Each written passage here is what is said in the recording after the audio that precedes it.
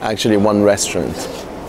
It's a restaurant which is not far from the Goodman. It's a restaurant which is basically just nearby, and it's called Quality Meats.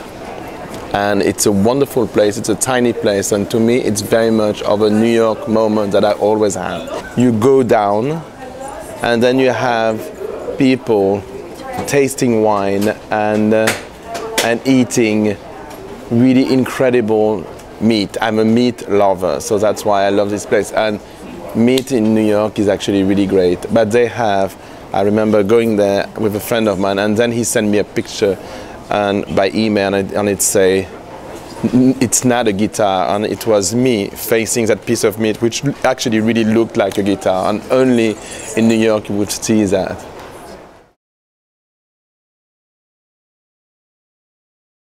I would raid the closet of my friend Lulus.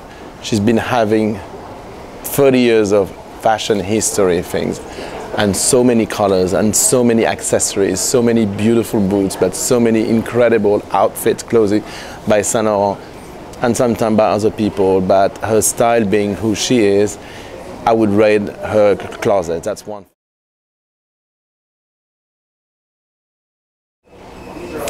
I'm afraid that to the question what I cannot live without, I'm going to give the answer that basically I would assume that 99% of people have been giving you.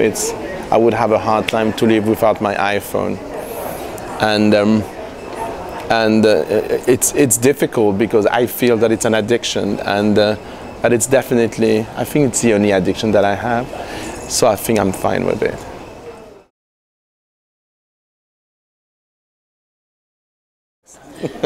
It's been a unisex style. It's men and women in clogs, and I would be happy if it's never coming back. For one reason is that I love shoes, and but there is a thing that I love about shoes. It's the sound of shoes, and when I hear the sound of a stiletto, it's one sound. When I hear the sound of a mule, it's another sound. When I hear some boot sound, it's another thing.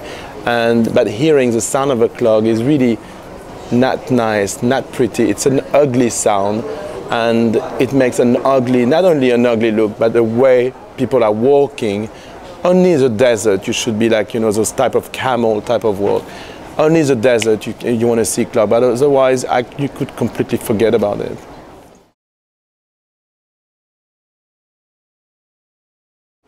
I was in Gstaad, Switzerland, and I had to ski. And I'm a very bad skier. It was basically the first time I was skiing for 15 years. And I thought that at least if I'm not skiing well, I should look good. And I had this incredibly puffy, bright red combinaison ski outfit. And the good thing about that is that I didn't look at myself in the mirror. But then when I arrived on the top of those hills, there was this restaurant with a sort of mirror, and I look at myself in that thing, and I said, not only I look terrible, but I'm going to fall in 20 seconds. And basically, I never thought that I could survive that. I was ready sort of to slope straight on the back of the mountain, to kill myself and forget about that thing. I really looked like, I don't know what I looked like, but I didn't. It just means that, you know, when you try something, you should always have a mirror.